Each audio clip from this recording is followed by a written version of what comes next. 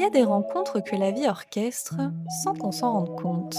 Des âmes qu'elle met sur notre route, comme des phares dans la nuit, pour nous rappeler que tout a un sens, que chaque chemin croisé est une note dans la grande mélodie du vivant. Depuis le début de cette aventure, la mémoire des peaux m'a appris une chose, que les voyages ne sont pas faits seulement de paysages, mais surtout de visages. De ces regards qui apaisent, de ces présences qui réparent sans bruit, de ces êtres qui œuvrent dans l'ombre avec le cœur pour seule boussole. Malika fait partie de ces rencontres. Une femme au service des autres, une main tendue vers ceux qui doutent, un sourire qui fait exister la lumière là où elle semblait s'éteindre. À travers son parcours, c'est un peu de cette humanité que j'ai voulu vous partager. Parce que derrière chaque mission, chaque geste, chaque mot, il y a un cœur qui parle, une présence qui relie. Et aujourd'hui, c'est la sienne que je vous invite à découvrir. Arrêtez de vous plaindre. Enfin, vous avez une belle vie à côté de la vie de millions de gens et d'enfants particulièrement. Bon, déjà, merci beaucoup pour ton temps. Ah, je t'en prie. J'ai fait cette démarche de cette interview parce que j'ai été très touchée par ton parcours personnel et par l'implication que tu mets et tout le cœur que tu mets dans ton travail. Est-ce que tu peux te présenter en quelques mots? Donc, je m'appelle Malika, j'ai 53 ans. J'ai travaillé avant, on va dire, dans beaucoup d'entreprises à Paris. Enfin, voilà, rien à voir avec le monde de l'humanitaire. J'ai décidé de me reconvertir en 2019, donc de reprendre des études et particulièrement de me focaliser sur les enfants, la protection de l'enfance, suite à une expérience que j'avais eue au Cambodge en 2017 où j'étais partie pour la première fois en tant que volontaire. Donc c'est vraiment cette mission au Cambodge qui t'a, amenée à t'engager dans l'humanitaire?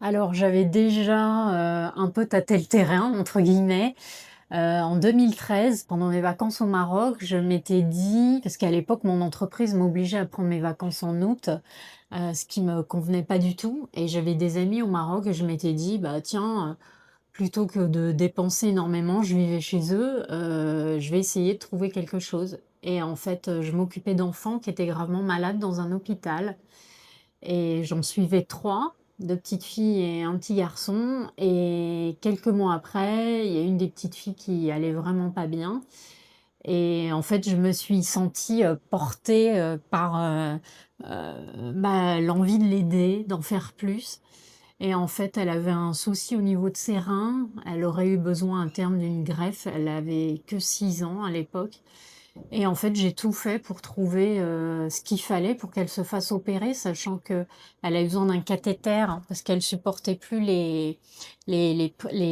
piqûres, tous les jours et elle était tombée dans le coma et en fait, j'ai remué ciel et terre en France parce que, du coup, j'étais en France, mais j'étais toujours en contact avec j'avais rencontré une étudiante, en médecine qui m'avait permis de rentrer dans l'hôpital au service pédiatrie et de suivre ses enfants et du coup, j'ai tout fait pour, essayer de trouver ce matériel, elle m'avait envoyé les ordonnances et cetera et je suis revenue, quelques semaines après avoir su qu'elle était dans le coma et j'ai remis, le cathéter au chirurgien, sachant qu'au Maroc, tu ne trouvais pas ce genre de cathéter parce qu'elle avait que 6 ans et du coup, c'était difficile à trouver. J'ai trouvé des labos en France qui m'ont aidée et du coup, je me souviens l'avoir remis au chirurgien le matin de l'opération en lui disant, bêtement, hein, naïvement: «Mais vous savez comment le poser?» et et il m'a rassurée en me disant qu'il avait fait ses études en France, qu'il fallait pas que je m'inquiète et moi après je suis restée quelques jours, je suis allée dans le désert parce que j'ai des amis qui habitent dans le désert et je m'étais dit que c'était le moment idéal et je me souviendrai tout le temps quand le téléphone a sonné et que l'étudiante en médecine m'a annoncé que l'opération s'était bien passée. Il fallait juste attendre quelques jours pour être sûr qu'il y ait pas de rejet et je l'ai vue avant de rentrer en France et ça allait bien et une image qui m'a marquée, c'est, sa mère qui m'a pris dans les bras en pleurs en me remerciant parce que c'était une famille très pauvre, et je pense qu'à partir de là déjà j'avais, une espèce d'envie, enfin je dis tout le temps que c'est un peu en moi depuis longtemps et que j'attendais le moment où il fallait que ça sorte et où je me suis dit: «Oui, il faut que je change de vie» et voilà. Et sachant aussi que mon expérience au Cambodge, c'était en 2017, mais j'étais déjà, depuis 13 ans bénévole aux Restos du Cœur à Paris, mais effectivement une population plus, heu, bah, majorité SDF ou des gens qui ont peu de moyens et c'est une population, bah, essentiellement masculine et c'est des distributions alimentaires dans la rue. Je faisais également des maraudes et du coup moins d'enfants, sauf dans les centres où j'allais de temps en temps aider et du coup, je ressentais ce besoin de me dire: «Bah, des adultes, on est peut-être arrivé aussi à un point où ils sont tellement, rejetés et éloignés de la société que c'est difficile de les réintégrer». Alors que je trouvais que des enfants, si on leur donne, bah, tout ce dont ils ont besoin, les besoins essentiels dès petits, ça peut devenir des adultes qui peuvent changer, bien sûr, leur vie, la vie de leur famille, mais aussi, le côté, politique de leur pays et peut-être faire évoluer les choses parce que forcément, via l'instruction, via l'éducation, ces enfants, bah, ils peuvent devenir, des hommes politiques, des ministres, des gens qui travaillent dans les administrations, qui font changer, la politique de pays, la corruption, ce genre de choses et je trouvais que c'était important et c'est pour ça que j'ai choisi de me spécialiser dans la protection de l'enfance et le droit des enfants. Magnifique. Et dans tout ton parcours, quelle est l'expérience ou le moment qui t'a le plus marqué? Alors, bah, il y a cette Ouais, petite fille Selma au Maroc, ouais. dont je parlais à Marrakech, voilà, l'opération, savoir qu'elle allait plus souffrir, qu'elle allait plus être dans le coma. La voir sourire, voilà, les remerciements de sa mère, ça je pense que j'oublierai jamais. Les Restos du Cœur, je pense ma première distribution, c'était en mars à Paris, je distribue place de la République. On sert à peu près 300 repas et ma première distribution, il pleuvait et je me souviens, j'étais au stand soupe, il faisait pas très chaud, mais on et j'ai eu une femme, asiatique âgée, aveugle et là j'ai pleuré. Je me suis rendu compte que, bah, elle avait peut-être un domicile, elle était malvoyante et elle venait là parce que sinon elle avait pas moyen de se nourrir et ça faisait beaucoup de choses pour moi et je me suis dit: «Oh là là, ça va être compliqué» et en fait, je me souviens, il pleuvait, je me suis juste retournée pour que l'autre bénévole qui était à la table avec moi ne le voie pas. Il pleuvait, je pense qu'elle a rien remarqué. Je me suis dit: «Non, faut être forte, parce que, bah, voilà, c'est utile. Regarde cette dame». Je devais lui prendre les mains pour lui donner le bol de soupe et qu'elle l'approche de sa bouche et je me suis dit: «C'est pas possible que ça existe à Paris» à l'époque, c'était en 2007, que des choses comme ça arrivent et ça m'a beaucoup marqué. Bon après ma première expérience au Cambodge, je crois que ce qui m'avait le plus marqué donc du coup j'enseignais l'anglais à des étudiants pauvres, enfin à des jeunes. J'avais des jeunes entre 15 et 24 ans, garçons et filles et j'avais mes propres classes et en fait, ce qui m'a marqué, c'était qu'ils étaient tous issus de familles très pauvres, mais le peu qu'ils avaient, ils le partageaient entre eux et j'ai vu des moments vraiment de partage que j'avais plus l'habitude de voir en France ou en Europe ou dans d'autres pays où je suis allée et ça m'a énormément marqué. Je sais pas, s'il y en a un, il recevait de son parrain un paquet de bonbons et ben, il partageait tout le sac de bonbons avec ses camarades et il se gardait pas le paquet de bonbons pour lui. Des choses aussi simples que ça et ça m'a beaucoup marqué. Le peu qu'ils ont, ils le partagent Ouais, ouais.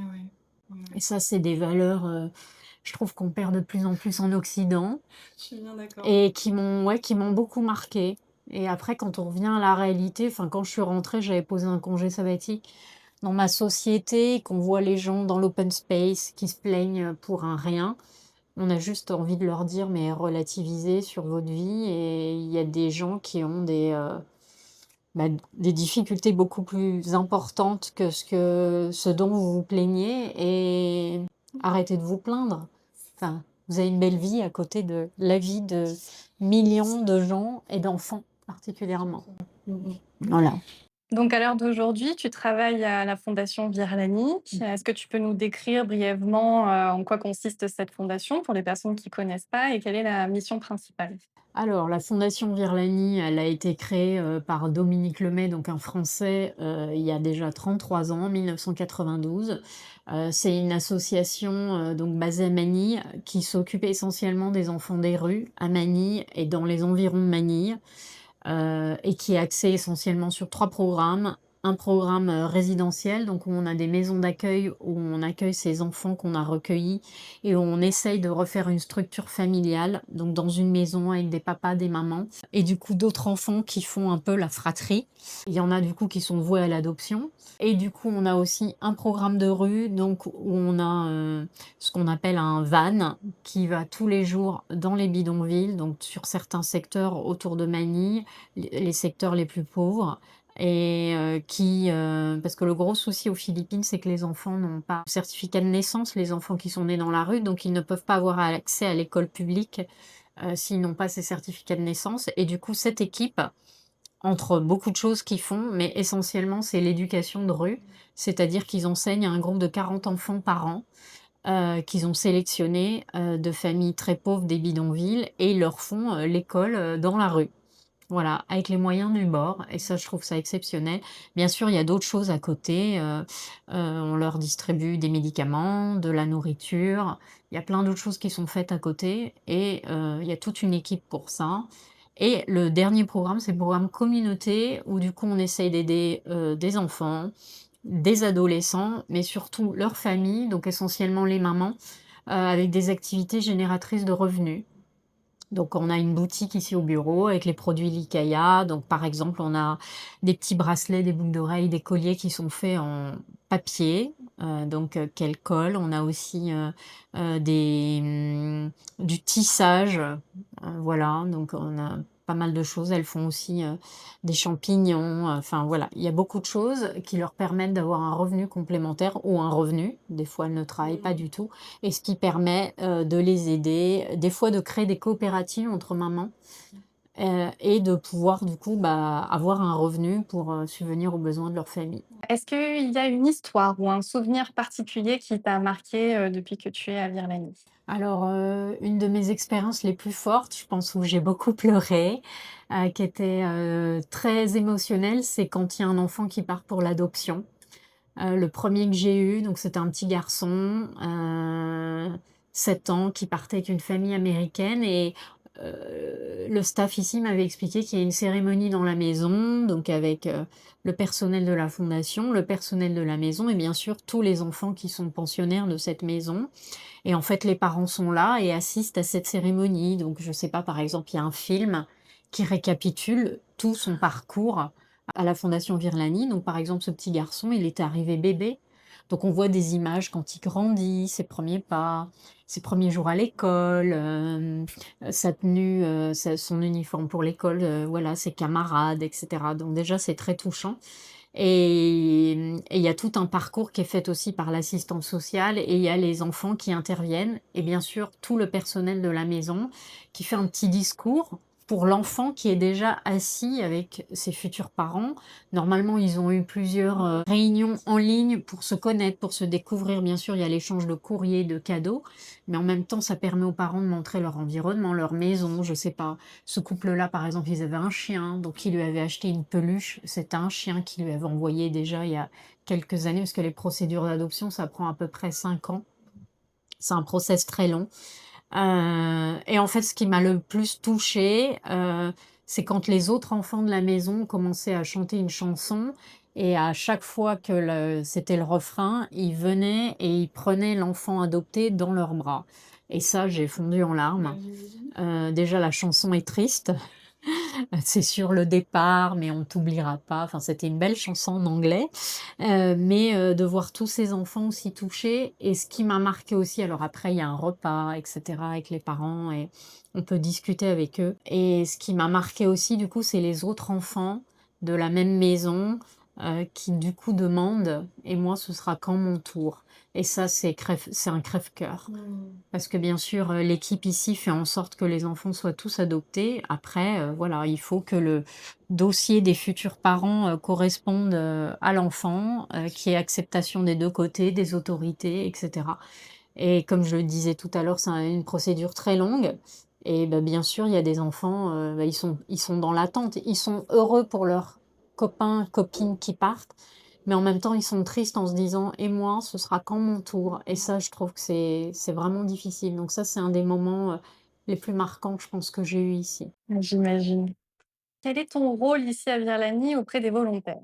Mon rôle est, coordinatrice des volontaires.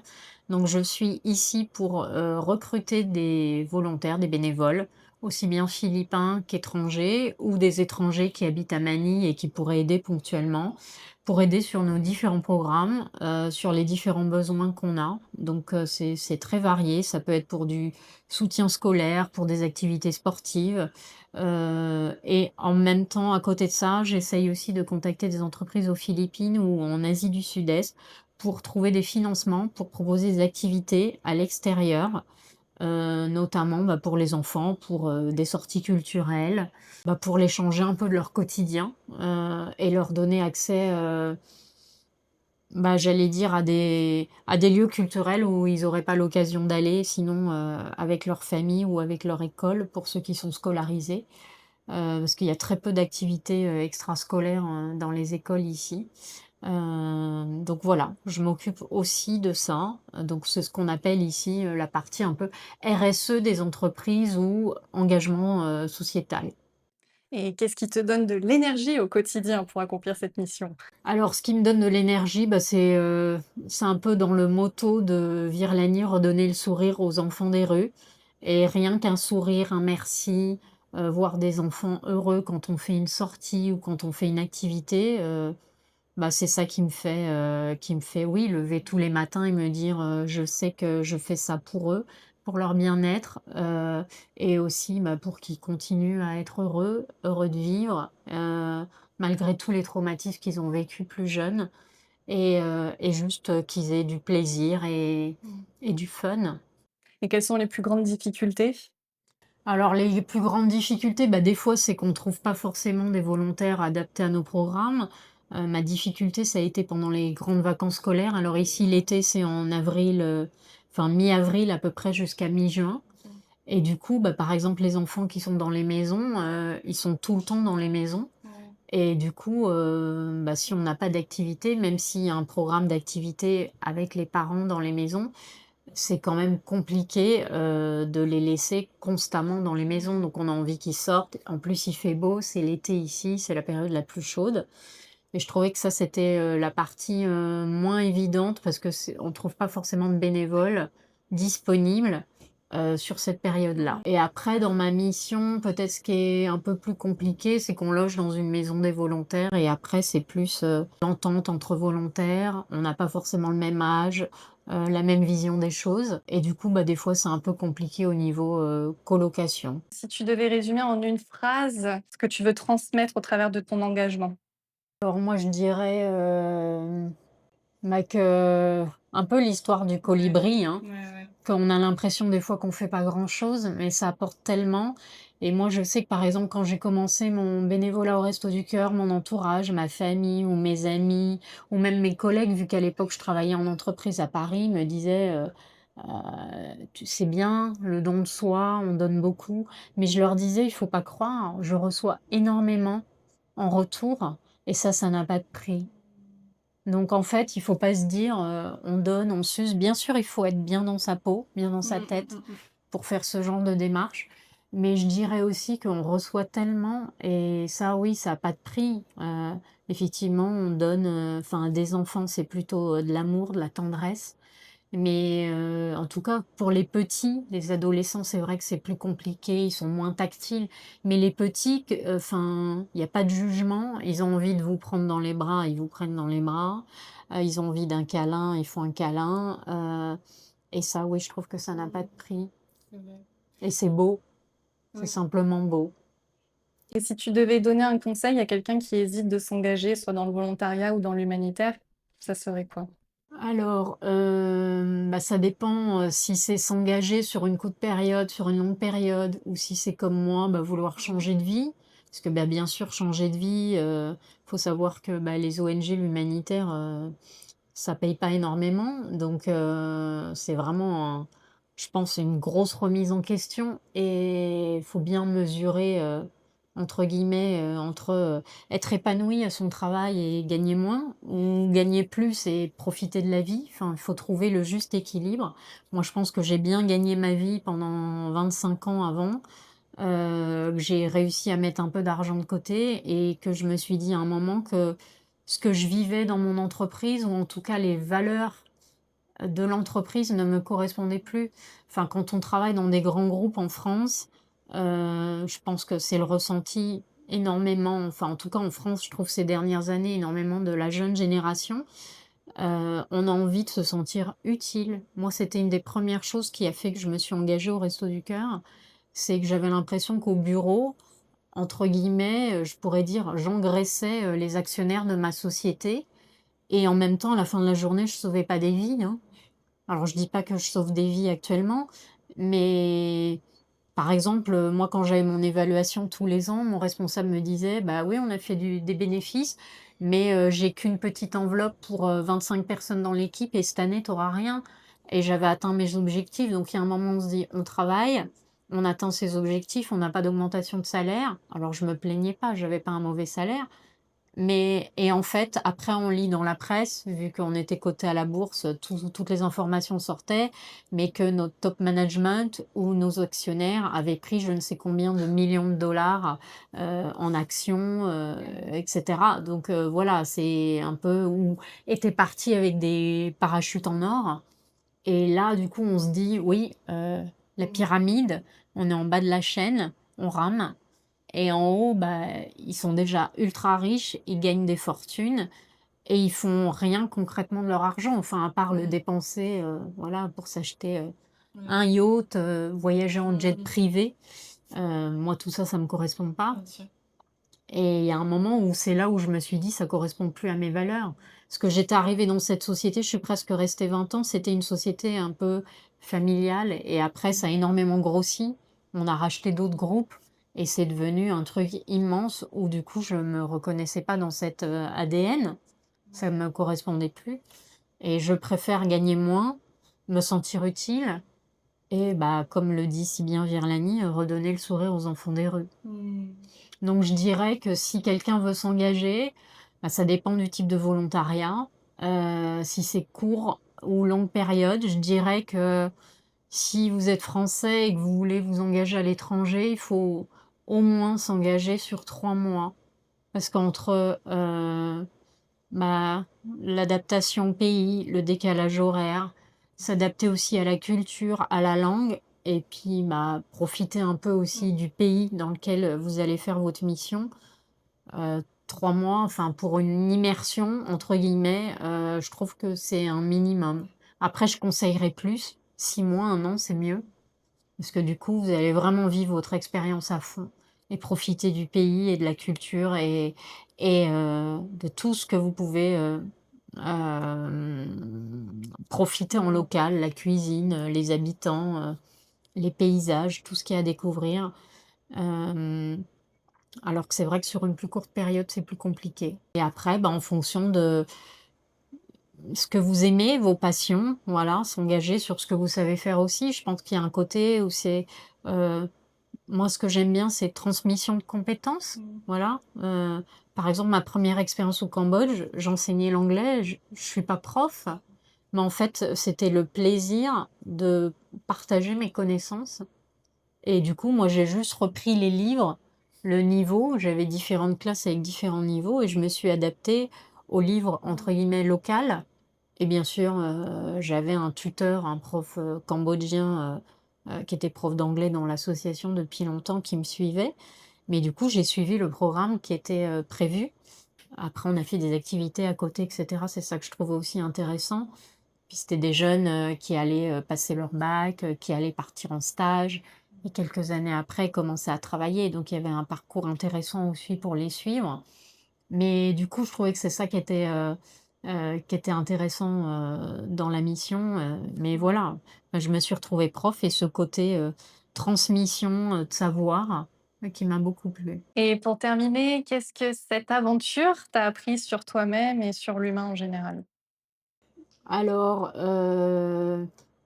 bah, le côté positif, c'est que on peut enfin, même si on a l'impression des fois que c'est pas grand-chose, on peut aider énormément et comme je disais tout à l'heure, on reçoit énormément. Heu, Ça, faut pas l'oublier, faut pas se dire: «Bah, non, je vais pas le faire» parce que finalement, par rapport à toutes les problématiques ou toutes les tensions dans le monde, tous les conflits, toutes les crises, Toutes les catastrophes naturelles, bah, je peux pas faire grand-chose à mon échelle. Bah si chacun fait quelque chose, bah, au bout, ça fera quelque chose de plus grand et enfin, en tout cas, ça aura un impact, je trouve. Donc faut pas se dire: «Non, je le fais pas parce que» mais bien sûr, il faut être, bien dans ses baskets, bien dans sa tête pour, pouvoir aider les autres. Oui, le côté négatif, c'est qu'on n'a pas tous, les mêmes attentes en tant que volontaire ou qu'humanitaire et que malgré tout, même dans les ONG, on retrouve des schémas que j'ai vécus dans des entreprises. C'est-à-dire, bah, peut-être, par rapport à l'ego, la compétition entre collègues, hem, les jalousies et ça malheureusement dans ce monde-là, je pensais que ça n'existait pas, que tout le monde était tourné vers l'humain, même par rapport au recrutement. On se rend compte aussi enfin moi j'ai 53 ans, avant d'arriver aux Philippines là, je trouvais que dans mes candidatures, bah, j'étais un peu discriminée par l'âge. Alors que, bah, j'ai effectivement je me suis reconvertie, mais j'ai quand même déjà une expérience dans l'humanitaire de quelques années et il y a des ONG qui m'ont répondu qu'ils prenaient pas au-delà de 30 ans ou 25 ans et je trouvais que ça, c'était dommage, sans dire qu'ils discriminaient par l'âge, mais je me suis vraiment sentie visée par ça et ouais, donc je trouvais que c'était un peu le côté négatif et finalement, on retrouve certains schémas avec, certaines personnes qu'on retrouve dans des entreprises, publiques ou privées et ça, je trouvais que c'était un peu dommage parce que pour des ONG ou des associations, on se dit que non, tout le monde est très humain, très ouvert et finalement, bah, on rencontre quand même des personnes qui n'ont pas les mêmes valeurs et qui font ça aussi, bah, peut-être, juste pour se sentir bien ou avoir une belle expérience sur leur, CV et ça, je trouve que c'est un peu, dommageable Mmh. dans l'action humanitaire en général. Donc là, c'est plutôt l'humain en général et toi, à l'intérieur de toi? À l'intérieur de moi, qu'est-ce que ça m'a apporté? Ouais. Bah, je pense que déjà, j'ai aucun regret sur mon changement de vie, même si des fois je vais me plaindre en me disant, «Bah, ça, j'ai pas les moyens» ou «Ça, je ferai pas», par exemple, des collègues là qui me demandent pourquoi j'ai pas visité les îles aux Philippines, bah, je gagne pas assez pour pouvoir partir en vacances. Non, enfin, aucun regret sur mes choix, enfin mes choix de vie. Hem, je pense être, épanouie dans ce que je fais, même si des fois c'est difficile de quitter ma famille, mes amis. Mais en même temps, c'est redécouvrir un pays et en fait, je me suis dit effectivement, je j'ai 53 ans, peut-être que dans quelques années, je pourrai plus. Mais en fait, ma vision, c'était de continuer comme ça, en tout cas jusqu'à ce que, bah, pour moi, je veux du terrain, j'ai toujours voulu du concret. Quand j'ai commencé les Restos du Cœur, j'ai commencé par les distributions alimentaires dans la rue, parce que je voulais du concret. Les gens ont faim, je leur donne à manger. Après, on peut partager énormément d'autres choses, en discussion, leur apporter d'autres choses, je sais pas, des kits d'hygiène, des vêtements, leur expliquer pour leurs démarches administratives et cetera. Plein d'autres choses. Mais pour moi, je voulais du concret. Ils ont faim, je leur donne à manger. Pour moi, ça changeait du côté, j'envoie de l'argent à une association, ils m'envoient un joli camembert, où va aller mon argent, mais je sais pas concrètement où ça va aller ou à quel type de population. Moi, je voulais du concret et quand je me suis engagée dans l'humanitaire, je voulais du terrain. Je voulais pas, par exemple, travailler dans un siège d'ONG, à Genève, Paris, Londres ou Bruxelles. Pour moi, je voulais du concret. Ce que je préfère, c'est l'accès direct aux bénéficiaires, donc aux enfants. Eh ben, merci beaucoup Malika Beh, pour, de rien, ta avec belle plaisir. expérience, ta belle transmission, la merveilleuse énergie, que tu dégages et surtout ce don de soi que tu donnes au quotidien et sans attente particulière en retour et ça, c'est inestimable parce que c'est très rare. Donc, merci pour la merveilleuse personne que tu es. Bah, merci Marina pour tous ces compliments, ça me touche beaucoup. Ouais, c'est vraiment pensé en plus. Merci. Bon, bah, voilà. Bon, ça a été?